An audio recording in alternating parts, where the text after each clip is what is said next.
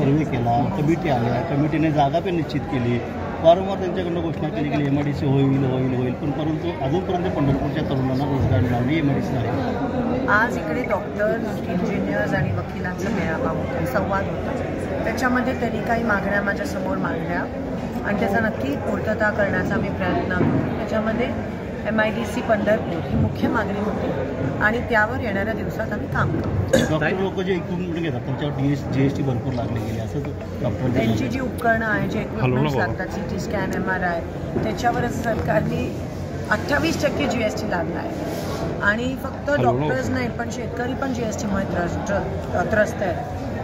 ते खताचं पोतं जे आहे त्याच्यावर पण 18% GST, म्हणजे 1 लाखाचं खत जर घेतलं 18,000 रुपये GST. एक मित्र हॉटेलमध्ये चहा प्यायला गेला तर बिस्किटाच्या पुड्यावर पण GSTचा राक्षस हा लोकांच्या उरावर बसला आहे आणि भाजपने याच्याबद्दल काही नियंत्रण केलं नाही, GST रद्द केला नाही, कमी केला नाही. त्याचा तीव्र रोष हा लोकांच्या मनात दिसून येतो. आज हे जे महागडे इक्विपमेंट आहेत त्याचं 5 वर्षच असते वॉरंटी, त्याच्यावर पण 28% GST. पंढरपूरच्या उपजिल्हा रुग्णालयामध्ये MRIची सोय नाहीये. स्वर्गीय भारत नाना भालकेंनी आवाज उठवला होता त्यावर. सध्याचे विद्यमान लोकप्रतिनिधी हे भाजपचे सत्तेचे आहेत तरी देखील MRIची सोय उपलब्ध. MRI मशीन, CT स्कॅन हे सगळं आरोग्य विभागाचं काम असतं देणं. सोलापूर सिव्हिल हॉस्पिटलमध्ये पण अनेक दिवसापासून CT स्कॅन बंद आहे, त्यांना ते चालवायला लोक मिळत नाही आहेत. मशीन देणं हे सरकारचं दायित्व असतं. आपण म्हणतो मायबाप सरकार. MRI असेल, CT स्कॅन असेल, अल्ट्रासाऊंड मशीन असेल. आम्ही विधानसभेत अनेकदा आवाज उचललाय पण सरकारची इच्छाशक्तीच नाही आहे. त्यांचं लक्ष वेगळ्या गोष्टीकडे आहे. गोरगरीब जनतेला मेडिकल फॅसिलिटी सुविधा देणं याच्याकडे त्यांचं लक्ष नाही आहे. ताई, काल भगीरथदादा भालके यांनी आपल्याला पाठिंबा दिलाय. ते विधानसभेची तयारी करतात, त्याच्यासोबत अभिजित पाटील सुद्धा विधानसभेची तयारी करतात. ते कोणाला शब्द दिलाय का ते विधानसभेसाठी? भगीरथदादा, अभिजितदादा आज महाविकास आघाडी उमेदवाराच्या सोबत आपल्या प्रचाराची कॉपी होते, समोरच्या उमेदवाराकडनं आपल्या प्रचाराची कॉपी होते. तुम्ही मॉर्निंग वॉकला गेला, समोरचे उमेदवार क्रिकेट खेळायला आले. आता त्यांनी सुद्धा सोलापूरमध्ये घर सुद्धा घेतले. मला असं वाटतं त्यांना मुद्दे सुचत नाही आहेत, कारण का मागच्या 10 वर्षात त्यांनी सोलापुरात काही केलं नाही आहे. म्हणून ते नेहमी विषयांतर करतात प्रचाराच्या कॅम्पेनचा. आम्ही त्यांना मुद्द्यावर आणतो की 10 वर्षात तुम्ही सोलापूरसाठी आणि तुमच्या 2 खासदारांनी काय केलं.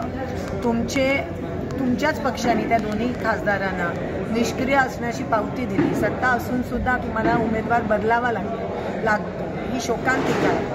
आज सुद्धा तुम्ही म्हणतात की मोदींच्या फोटोकडे बघून मतदान करा, म्हणजे तुम्ही लोकांना काय समजता आणि लोकांच्या मताची तुम्हाला किंमतच राहिली नाही आहे. म्हणजे तुम्हाला अजूनही वाटतं का बिनकामी लोकांना इथे, निष्क्रिय लोकांना इथे निवडून आणून सोलापूरची अजून वाट लावणार आहे. तर लोक तर खूप सुज्ञ आणि हुशार झाले आणि लोकांनी ही निवडणूक टाकली. प्रचारामध्ये तुम्ही आघाडी घेतली, त्यांच्यापेक्षा प्रचारामध्ये तुम्ही अत्यंत मोठ्या आघाडी घेतली, सर्वसामान्यांपर्यंत आपण पोहोचलात.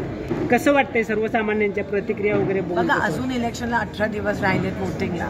आपण प्रामाणिकपणे प्रचार करतोय, आपण प्रामाणिकपणे जनतेच्या सोबत उभे राहतोय आणि आपण एकमेव काम हा मुद्दा आहे आपला की काय काम झालं नाही मागच्या 10 वर्षात आणि होणारी काय काम आहेत, आमचं काय विजन आहे त्यावर, आणि निवडणुका त्यावरच लढल्या गेल्या पाहिजे. ते तत्व असतात निवडणूक लढवायचे ज्याच्यापासून भाजप भरकटत आहे. आणि आम्ही एक अतिशय तत्व पद्धतीने आणि अतिशय सुसंस्कृत पद्धतीने निवडणूक लोकशाही पद्धतीने लढत आहोत आणि जनता जनार्दन आहे, लोकशाही आहे या देशात, हे आम्ही अजूनही लोकांना सांगतोय. आणि त्यांच्यामध्ये काय ताकद हे दाखवून द्या या इलेक्शनमध्ये. नाना पटोले म्हणले की ऊसतोड कामगारांच्या मुलाच्या संपत्तीची चौकशी व्हायला पाहिजे. आपलं काय? नाना पटोले साहेब जे म्हणाले ते तुम्ही नाना पटोले साहेबांना विचारा.